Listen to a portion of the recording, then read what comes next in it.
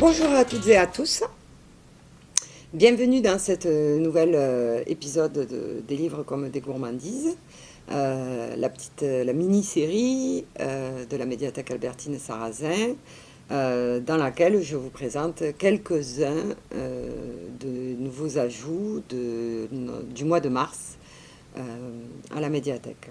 Donc tous les livres que je vous présente sont empruntables à la médiathèque.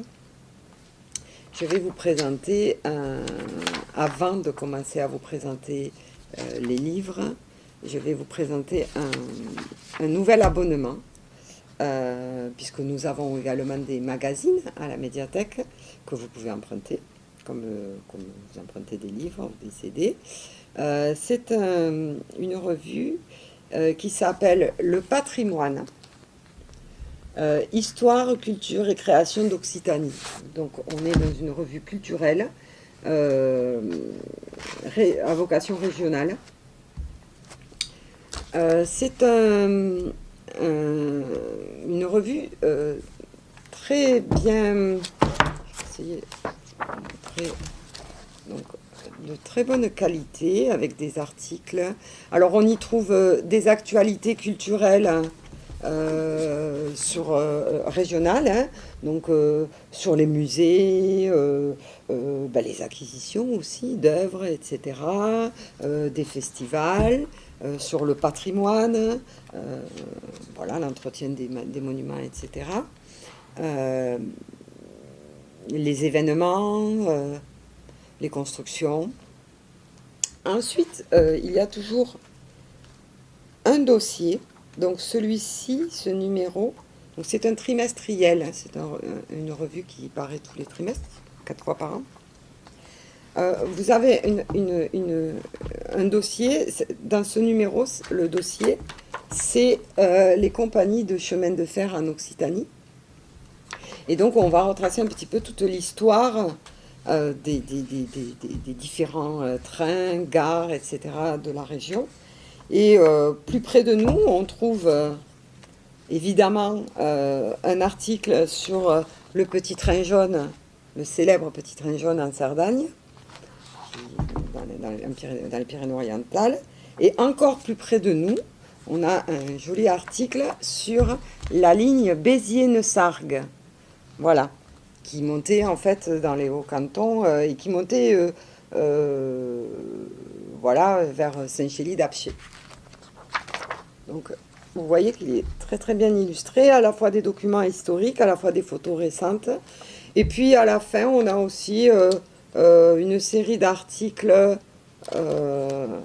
Voilà, là par exemple, c'est une série d'articles sur la retirada, sur l'exil des républicains espagnols en Ariège. Voilà. Il y en a d'autres. Il y a aussi, voilà, Louis de Mondran, Les Lumières et les Arts à Toulouse. Je pense que c'est à peu près. Donc à partir de ce mois-ci, vous pouvez retrouver, à raison donc d'un nouveau numéro tous les 3 mois, cet abonnement, ce magazine, et vous pouvez l'emprunter à la médiathèque comme vous emprunteriez un livre. Le premier livre que je vous présente cette semaine est un livre fantastique. C'est un livre de Gauthier Guillemin, c'est son premier roman. Gauthier Guillemin travaille, je crois qu'il est sous-directeur d'un collège à Nantes.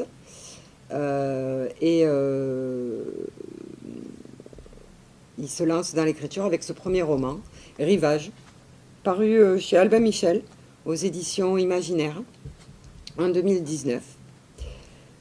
Voilà, donc c'est un roman fantastique, mais on ne va pas avoir des grands combats épiques, des équipées fantastiques, comme on en trouve dans pas mal de livres de fantasy. C'est plutôt une plongée poétique et philosophique, en compagnie d'un personnage, d'un héros assez étrange qui est surnommé le Voyageur, sur lequel on apprend très peu de choses en fait, si ce n'est qu'il est de race humaine et il vient dans un lieu qui s'appelle La Cité. Donc, je rappelle, hein, on est dans un monde fantastique, donc hormis les humains, la variété animale que l'on rencontre sur notre planète, il y a plein d'autres créatures qui sont elles aussi fantastiques.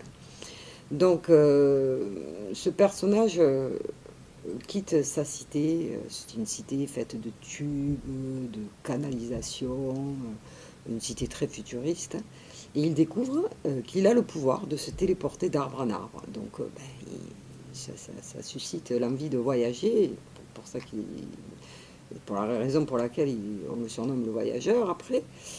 Donc il voyage de région en région, et il finit par arriver, après donc, de longs voyages assez épuisants, près d'un village. Un village qui est peuplé de descendants d'une déesse qui s'appelle Dana. Et ce ne sont pas des humains. Ce village a un peuple ennemi également, qui s'appelle les Faumoirs. Les Faumoirs, on les appelait auparavant les géants de la mer, pour vous donner un peu une idée de ce que peuvent être ces Faumoirs, qui régulièrement attaquent ce village. Et donc aux abords du village, le voyageur va rencontrer une femme, une belle créature dont il va tomber éperdument amoureux, qui s'appelle Sylve. Et le problème, c'est que ce village est interdit aux humains. Et donc, pour vivre cet amour et pour pouvoir vivre avec sa dulcinée, il va devoir mériter sa place dans cette communauté. Et donc, il va tout faire pour tenter sa chance et pour essayer d'y arriver. Et donc, voilà, on suit les péripéties dans un style très, je l'ai dit au début, très poétique. Un très joli premier roman. Voilà, prometteur. On attend les prochaines productions de cet auteur. Le livre suivant est un livre de Bernard Malamud, qui, comme son nom ne l'indique pas, est américain. Il vit aux États-Unis. On aurait pu penser que c'était français, mais non.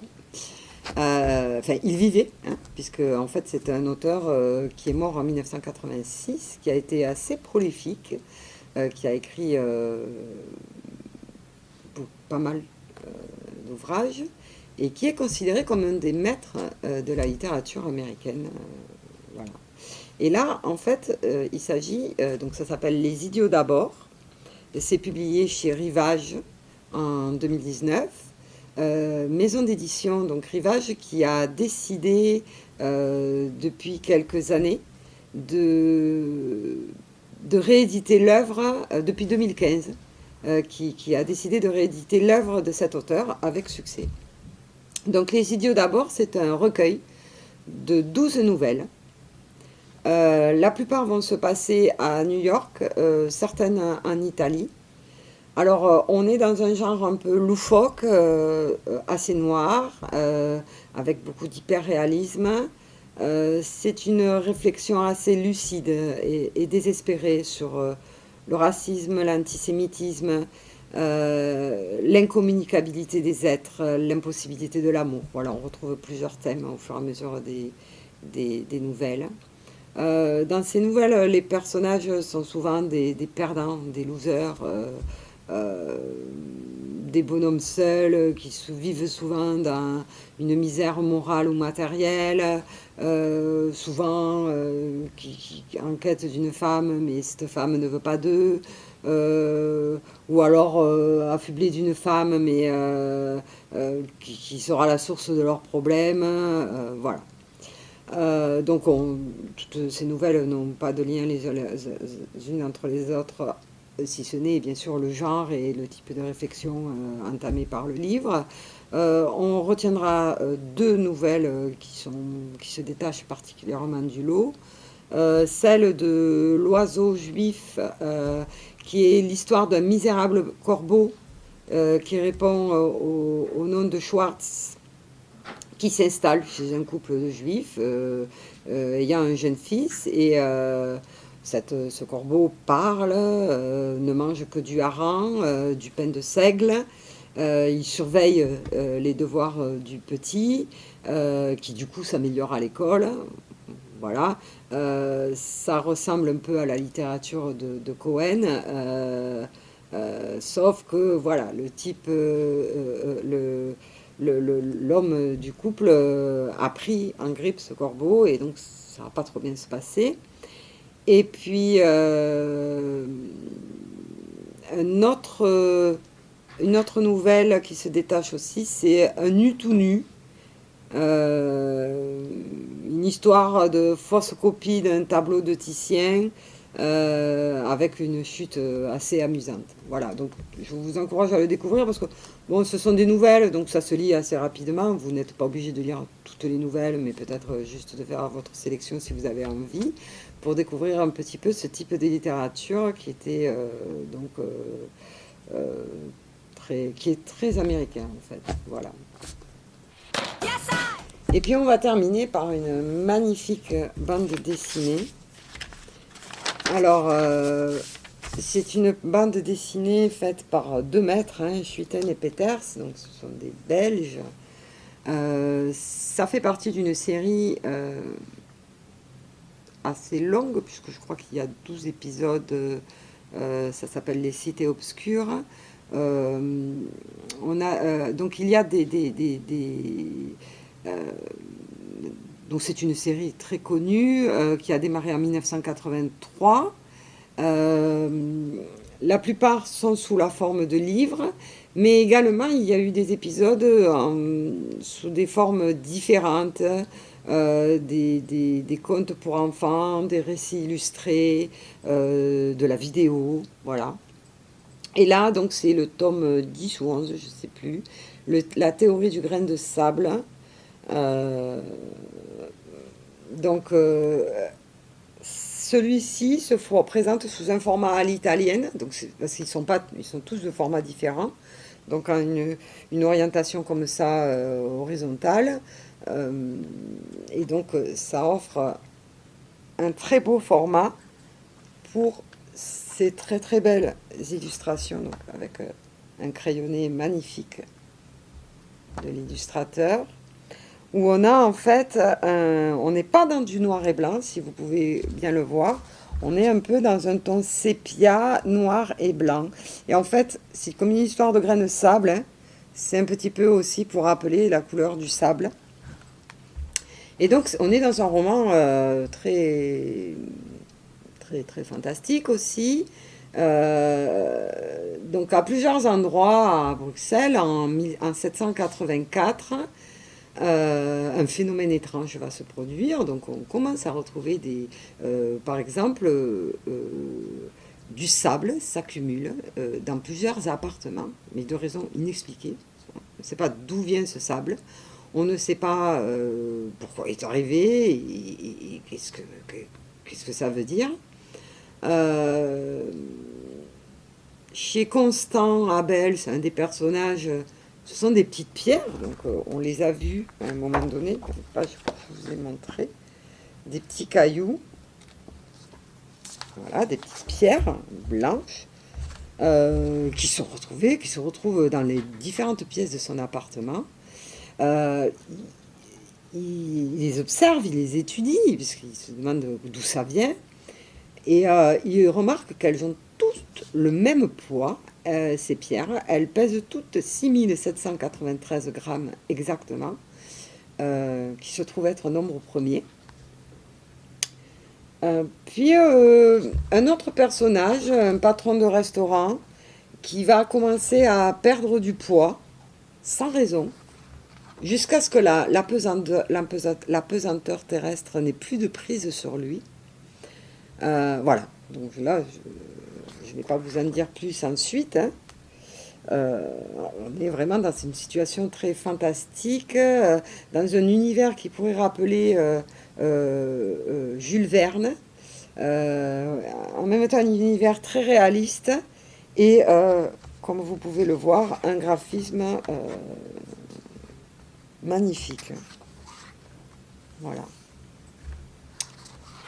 Voilà, voilà. Donc pour les amateurs de bande dessinée et de fantastique, je vous recommande cette lecture. Il est en 2 tomes, donc ceci est le tome 1 et le tome 2 est en commande, parce que c'est quand même une bande...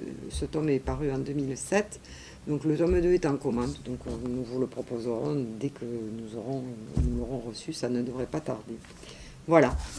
Donc, j'espère que toutes ces présentations de ce mois-ci vous ont donné envie de venir chercher certains des documents que je vous ai présentés, de les lire et de vous en régaler.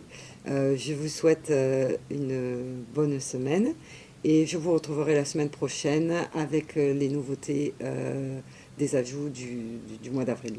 Voilà. Je vous remercie et à très bientôt. Be natural.